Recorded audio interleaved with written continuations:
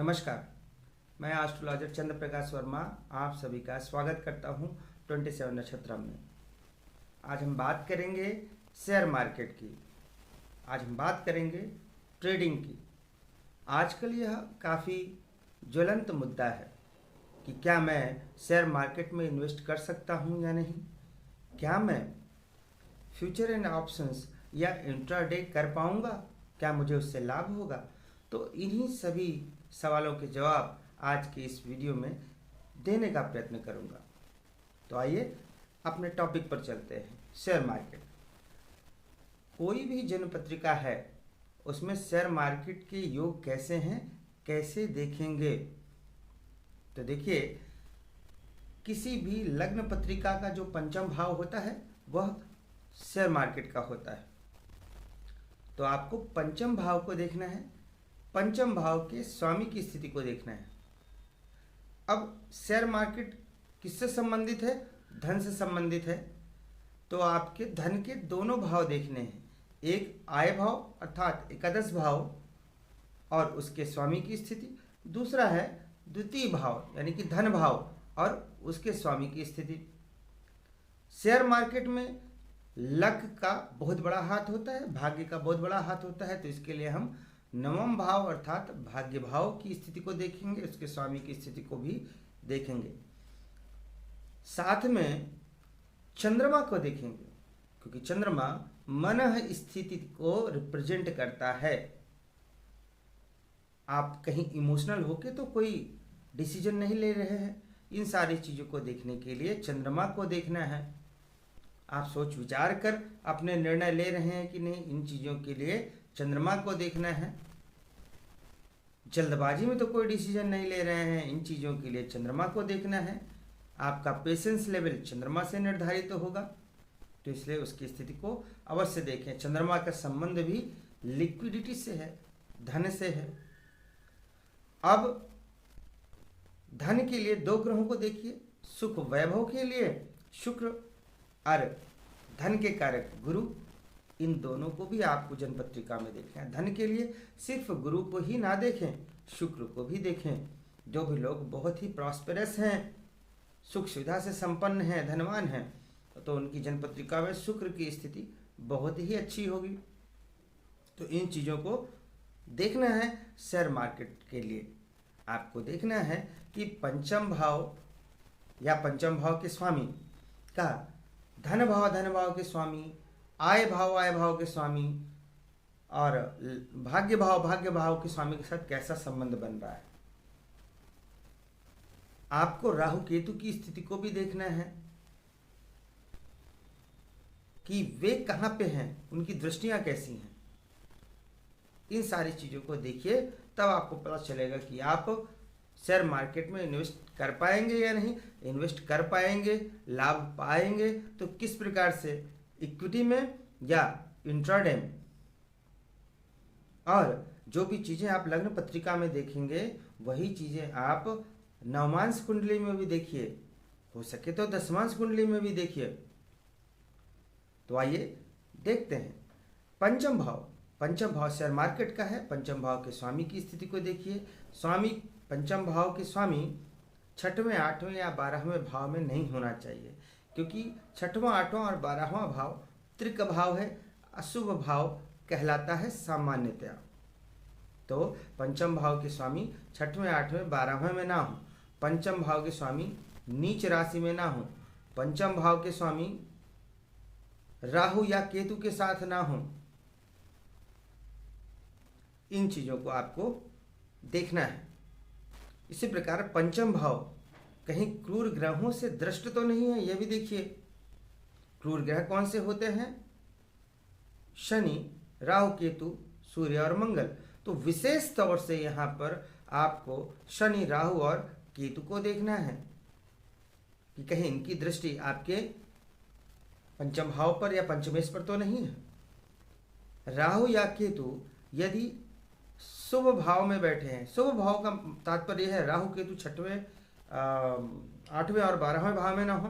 राहु केतु जिस भी राशि में हो, उस राशि का स्वामी यदि अच्छी स्थिति में है तो राहु या केतु शुभ फल देते हैं।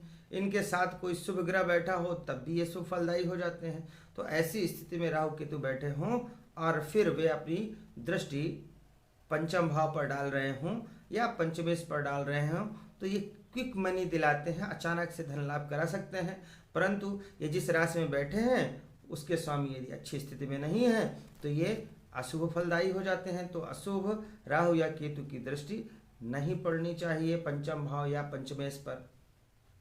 अब चंद्रमा छठवें, आठवें या 12वें भाव में नहीं होना चाहिए। चंद्रमा नीच राशि का नहीं होना चाहिए। बताना चाहूंगा, चंद्रमा 8 नंबर की राशि यानी वृश्चिक राशि में नीच राशि के होते हैं।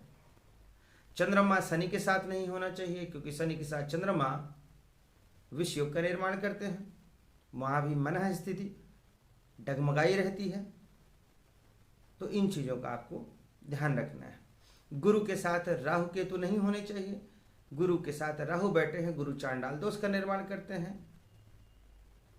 केतु बैठे हैं तो भी पीड़ित कर देते हैं।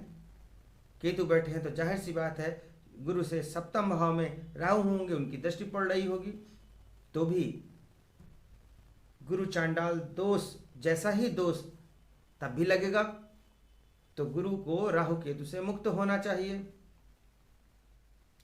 ये चीजें देखनी है आपको। और जो कि पंचम भाव है, पंचम भाव के स्वामी धन भाव के स्वामी के साथ या आय भाव के स्वामी के साथ या भाग्य भाव के स्वामी के साथ त्रिकोण में हो या केंद्र में हो और नीच राशि में ना हो, बहुत अच्छी बात है शेयर मार्केट के लिए। पुनः कहना चाहूँगा, पंचम भाव के स्वामी धन भाव के स्वामी के साथ या आय भाव के स्वामी के साथ या भाग्य भाव के स्वामी के साथ केंद्र में हो या त्रिकोण में हो। केंद्र मतलब पहला, चौथा, सातवां और 10वां भाव। त्रिकोण मतलब पहला, 5वां और 9वां भाव। तो पंचम भाव के स्वामी धन भाव के स्वामी के साथ, आय भाव के स्वामी के साथ या भाग्य भाव के स्वामी के साथ केंद्र में हो या त्रिकोण में हो तो बढ़िया स्थिति है शेयर मार्केट के लिए। इन स्थितियों को आपको देखना है। शुक्र की स्थिति को भी देखना है कि शुक्र 6वें, 8वें, 12वें में ना हो, गुरु 6वें, 8वें, 12वें में ना हो। इनमें से जितनी अधिक स्थितियां आपको मिल जाएं शुभ, उतनी शुभता है इस फील्ड में जाने के लिए। अगर कुछ पॉजिटिव स्थितियां मिल रही हैं, कुछ नेगेटिव स्थितियां मिल रही हैं, तो आपको कंपैरेटिव स्टडी करनी है कि कितनी शुभ स्थितियां हैं और कितने % तक शुभता है उनमें, लगभग। अगर पॉजिटिव स्थितियां अच्छी हैं, नेगेटिव कम है, तो आप शेयर मार्केट में जा सकते हैं। अब चंद्रमा 2.25 दिन में एक राशि से दूसरे राशि में विचरण करते हैं। तो चंद्रमा की स्थिति अगर बहुत अच्छी है, चंद्रमा पीड़ित नहीं है, तो आप इंट्राडे कर सकते हैं, फ्यूचर एंड ऑप्शंस में भी जा सकते हैं। लेकिन यदि चंद्रमा पीड़ित है, 6, 8, 12 में है, नीच राशि में है, शनि के साथ है, राहु केतु के साथ है, तो स्थितियां गड़बड़ हो गई। तब क्या होगा? तब इंट्राडे ना करें तो ही अच्छा। लाभ आपको दे सकते हैं यदि अन्य स्थितियां अच्छी हैं, परंतु हानि भी दे देंगे।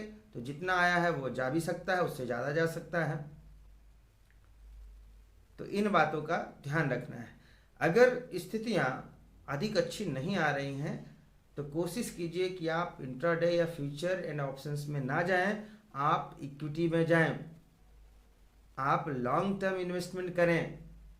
ध्यान रहे, यदि गुरु पीड़ित हैं, चंद्रमा पीड़ित हैं, तो आप सही डिसीजन नहीं ले पाएंगे। डिसीजन मेकिंग यानी निर्णय लेना गुरु का काम है। तो गुरु को अच्छा होना चाहिए। चंद्रमा मन है, मन को सही होना चाहिए, धीरता होनी चाहिए, तभी तो आप इस फील्ड में आगे बढ़ सकते हैं। इन सब स्थितियों को देखना है। ये तो रही लग्न कुंडली की बात।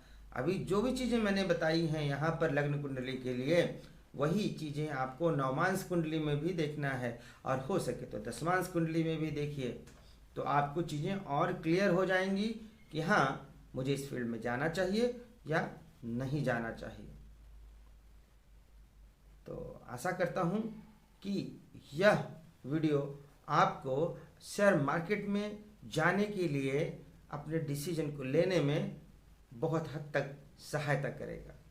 जो लोग अपनी कुंडली का विश्लेषण कराना चाहते हैं वे 7579738985, पुनः कहना चाहूँगा, जो लोग अपनी कुंडली का विश्लेषण कराना चाहते हैं मेरे द्वारा वे 7579738985 पर व्हाट्सएप करके अपॉइंटमेंट बुक कर सकते हैं। जो लोग ज्योतिष सीखना चाहते हैं वे हमारी वेबसाइट www.27nakshatra.com पर जाकर प्री रिकॉर्डेड कोर्सेज को सब्सक्राइब कर सकते हैं। तो एक बात और बताना चाहूँगा, यहाँ पर कमेंट्स में ढेर सारे प्रश्न आते हैं, लेकिन व्यस्तता के कारण, समय के अभाव में उत्तर दे पाना संभव नहीं हो पाता है। तो जो लोग रियली बहुत इच्छुक हैं, सीरियस हैं अपनी कुंडली से संबंधित प्रश्नों के उत्तर जानने के लिए, तो अपॉइंटमेंट जरूर बुक करें। आशा करता हूँ कि आज का वीडियो आपको पसंद आया होगा। कमेंट में जरूर बताएं। आज के लिए बस इतना ही। नमस्कार।